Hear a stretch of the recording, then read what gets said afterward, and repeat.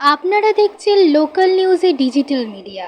পশ্চিম মেদিনীপুরের দাসপুর থানার অন্তর্গত শ্যামসুন্দরপুর গ্রামের বাসিন্দা সুদাম ভূঁইয়া প্রতিদিনের মতো বসেছিলেন পুকুর পাড়ে। রাস্তার পাশ দিয়ে ফিরছিলেন এক ব্যক্তি। হঠাৎ তার কানে আসে বিকট শব্দ। গ্রামের বাসিন্দারা ছুটে আসে এবং ওই ব্যক্তি দেখতে পায় পুকুরের পাড়ে রক্তাক্ত অবস্থায় ওই ব্যক্তিটি পড়ে আছে। ঘটনাস্থলে আসে দাসপুর থানার বিশাল পুলিশ বাহিনী। ওই ব্যক্তিকে উদ্ধার করে হাসপাতালে নিয়ে যাওয়া হয়।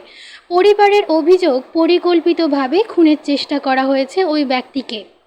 এ নিয়ে থানায় অভিযোগ করবে বলে জানিয়েছেন ওই পরিবারের লোকজন কি বললেন দেখুন আমাদের লোকাল নিউজে ডিজিটাল মিডিয়ায়। যদি আচমকা কাউকে মারে তার মুখে মা মা না কিছু হবে থাপ্পড় পড়ার অবস্থা নাকি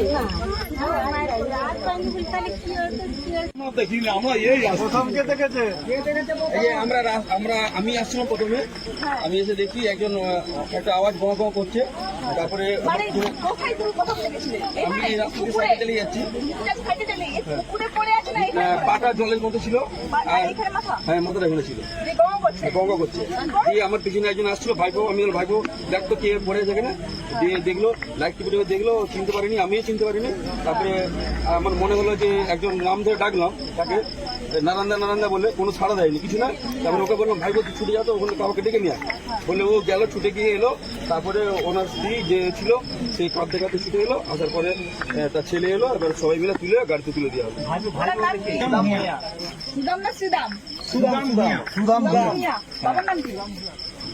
আমার নাম হচ্ছে বাবার নাম কৃষ্ণ না কেষ্ট, এটা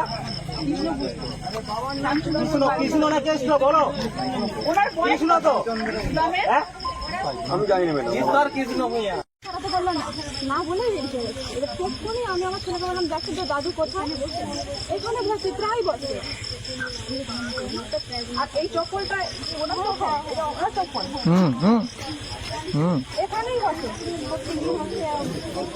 চাবিটা আছে, চাবিটা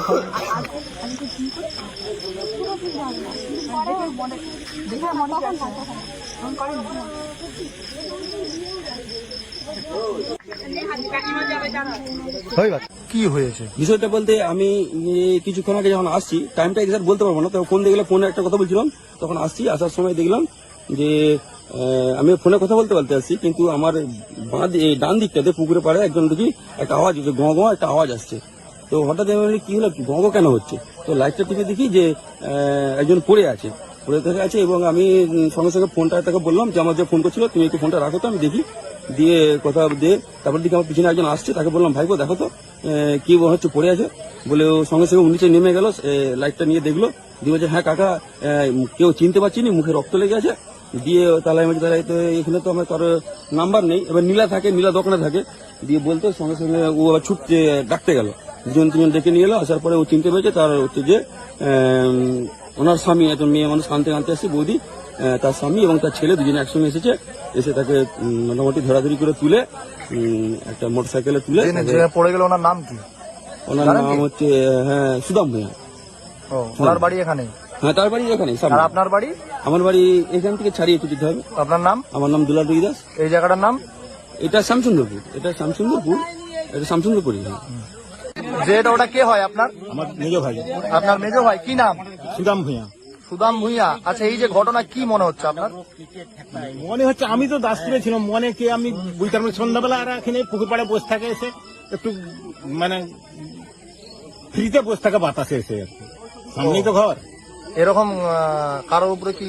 কিন্তু আমার ছোট ছেলে তো দাসপুর থেকে এসেছিল, সে এসে দেখে গেল যে বাপ বেটাই এখানে বসে আছে, তো আর ছোট ছেলে আর মেজ ভাই।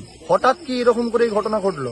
কি করে এটা বলতে পারছি না, কিছু বুঝতেই পারলাম না। তো কারোর সাথে শত্রুতা ছিল কি কিছু? না, তোমার শত্রুতা তো আমার কিছু নেই। আপনার নাম? আমার নাম শ্রীরাম মহিলা। আপনি ওনার দাদা হন? হ্যাঁ, আমি ওর বড়দা হই। এই যে বিষয়টা কি বলবেন? এরকম ঘটনা কি আগে ঘটেছে? দেখুন, আমাদের শ্যামসুন্দরপুর শান্তপ্রিয় দেশ এবং শান্তপ্রিয় এলাকা, এবং আমাদের শ্যামসুন্দরপুর এটা 8 নম্বর সংসদ। আমি জ্ঞান হওয়া পর্যন্ত আমি কখনো দেখিনি যে এইভাবে এই দুর্ঘটনা ঘটেছে। এবং আমার পাশের পাশের বাড়ি একদম লাগোয়া। আমি হঠাৎ করে একটা শব্দ শুনতে পেলাম যে এখানে ভূঁয়া ঘরে কাউকে মেরে ফেলে দিয়েছে।